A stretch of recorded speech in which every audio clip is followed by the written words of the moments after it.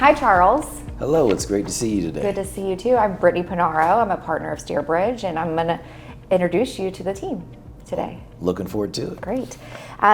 So tell me, Charles, you've had a remarkable career from joining the Air Force to leading financial strategy at the Veterans Benefits Administration. What inspired you to serve originally? So I grew up in a family where service was a part of our ethos. My mother and father were very active in our local church. My mom actually worked for the police department in our local community as a school crossing guard. So service was something that truly was passed down from our parents to both myself and my two younger brothers. So going into the Air Force, while I never wanted to be in the military, I can remember vividly saying, I don't want to do it. But eventually it became a good option for me in terms of growth professionally, and it was also a great way to pay for school. And I intended to go in the military, serve for and be done, but then I fell in love with being able to work with other people in uniform who had a common goal of serving our nation. So again, long answer to a simple question, but truly that foundation of service in our family really perpetuated me going into the Air Force. As you know, SteerBridge is filled with veterans and others Absolutely. who also chose this path. I'm sure they will resonate with your answer here, but what were some of your key lessons that you learned during your time in the Air Force? So in the Air Force, one of the predominant lessons that I took away with it was the importance of truly working in a team. I know that sounds a bit trite, but really as we walked into an Air Force environment, it allowed me to be able to work with people to extract out the knowledge that they had in special instances, pair it with the insights that I had to really breed and precipitate getting to the best solutions. And to be able to see people who are passionate about what they do, and certainly to see that they're so smart and intelligent, and people who have that mindset of we can do and fix and accomplish anything. That was one of the biggest lessons I learned in the Air Force that I've taken with me really for the rest of my career. How have those lessons carried over into your civilian career? Just like you said, you took them with you. So how did they help you when you went into government service? So really, the thing that I think I took away from it, in addition to the teamwork, is the necessity to listen to the people around your table. A lot of times, some of the quiet people are the ones with the best ideas. They just need to be given a window to offer their insights. So that made me become very intentional in listening and also inviting those different voices to the table. Because sometimes people need an invitation to come and share. Some may be a little bit timid or believe that their ideas may not be valid. But I've learned to tap into, again, each person's talent and certainly pursue their insights so that we could, again, figure out what the best solutions are for the different challenges that we were facing. As CFO of the VA, you played a crucial role in managing financial operations for the system that serves millions of veterans. What are you most proud of from your time there? So when I look back at being the CFO at the Veterans Benefits Administration, the thing that I really felt like I left a mark on was in two areas. Number one, we were able to grow our budget from about $166 billion to almost $200 billion while I served as CFO. And a lot of that came from the different legislation that was moved forward to benefit veterans. And serving veterans and delivering benefits and services to veterans is certainly a bipartisan issue that we got a lot of support from Congress and certainly with the veteran service organizations that we partner with. So there was a lot of energy around that, but still being the mouthpiece to articulate the need with the Office of Management and Budget and certainly with Congress was a role that I took very seriously and was very proud of the outcomes that we were able to generate. The second thing that I think I'm most proud of is the ability to pour into people on my team. I was able to help a lot of people grow their careers, to be able to achieve results that they didn't think were possible, and to see them thrive. And to me, that was the greatest joy, professionally, is to be able to see the people around me continue to rise to the challenge and achieve career aspirations that, again, they could only dream of, but we saw them come to life because where passion and preparation meet opportunity, it opens doors. And it was great to be there to help them open the doors. I know you have been doing, I know that you have lived by the mantra of veterans helping other veterans, not only in your career, but also in your personal life. Will you share with us a little bit about some of the work you've done outside of your official career? Yeah, absolutely. So my wife and I are very active in our community church as well, and have certainly taken that legacy from our parents and certainly shared that with our children. So we've been very, very active there. I'm also very active with my fraternity, Alpha Phi Alpha Fraternity Incorporated, where we continue to invest in our communities and invest in the next generation of leaders. Those are things that are hold near and dear to my heart because, again, they're service focused and really speak to my purpose in terms of being a servant leader. Given your distinguished career, you probably have your pick of any company that you could go to. So why SteerBridge? So great question. So the last company I was with, it was hard to leave. And I say it was hard to leave because I was in a place where we were able to serve finance leaders in the public sector, federal, state, local, to meet their mission critical priorities. And I worked with an amazing team. However, when SteerBridge reached out, it was easy to say yes because of the commitment that Rob has and the company has towards serving other service-disabled veterans. And that speaks to my heart as a service-disabled veteran myself, to be able to use my time, use my talents, use my vocation to really invest in making things better for veterans and their families. That was something that I just couldn't pass by.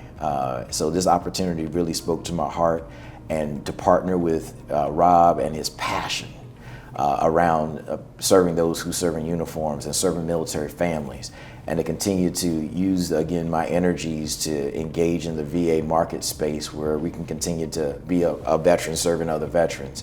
Again, dream opportunity. Can you share with us a bit about your path to becoming CFO at VA? So, interesting story. So at the time, I was at the Veterans Benefits Administration. I was actually the Deputy Executive Director in Compensation Service for operations. And that was actually a career stretch for me because I grew up as a finance guy. I was an Air Force finance guy. After that, going into industry and in a consulting capacity, was focused on finance clients. When I came to VA, I was a finance guy. And then finally, I had the opportunity to stretch and join compensation service, the largest benefits area for VA in its entirety. And the CFO before me, he actually retired unexpectedly. And the undersecretary and principal deputy undersecretary called and said, "Charles, we want you to be the next CFO." I was like, "The CFO of what?" They were like, "Oh, the Veterans Benefits Administration, of course." "Are you sure? Are you really, really sure?" Because that wasn't on my dream list in terms of jobs to have. It wasn't even in my mind that was a path that I was going on. I assumed after transitioning over to compensation service that I would actually end up going to the field and actually being an RO director. But lo and behold, they selected me, and I was like, holy smokes, okay, it's real. And then started digging in, and it was fun because I knew the staff knew me, and everybody had high expectations. They were like, "Oh my God, Charles is here, he's gonna be CFO." And I was like, "Oh my God, they chose me to be CFO. Did they understand what they were doing?" But finally came in, and after probably the first three or four months where I was like in shock, saying, "Oh my God, there's just so much," I was able to settle in, certainly partner with the staff, and the rest was history. We were able to do some pretty amazing things over the 4.5 years that I served in that role to really increase our budget because we were able to translate the mission priorities of VBA in a way that resonated with Congress. We were able to grow our organization. We grew from 168 people to 312 because we would continue to drive amazing value and outcomes for our partners. And we also were the best place to work in VA headquarters for 2001 and 2002, because again, we galvanized as a team and we truly put in the work to become a destination location where people really wanted to come and be on our team because we were driving impactful results. So that was a very interesting and fun journey, but it was never on my dream sheet in terms of where I anticipated my career was going to go. So let's talk a little bit about what you want to do here at SteerBridge. What are some of the key priorities and initiatives that you're excited to pursue? Well, for me, again, being service connected, I always want to make it easier for veterans to come in and get access to the benefits and services that they've earned by virtue of their service. And again, as you start looking at the process itself, there's always opportunities to continue to make it faster, to reach more people, and to continue to make sure that you drive high quality outcomes. That's extraordinarily important. It's also important to make sure from a healthcare perspective that veterans know what they're eligible for and have access to that health. And VHA does a tremendous job of making that available, but continuing to improve those processes and to constantly pursue enhanced opportunities to serve veterans in that health space, absolutely important. So those are two of the drivers for me wanting to engage in the VA market space. Again, just to make things better for veterans, both in benefits and services, and certainly in the healthcare. So I know you're an Air Force guy, Yep. but I have to ask you, given how important it is to the SteerBridge team here, in the Army-Navy game, who do you root for? Wow. So I'm always going to root Air Force.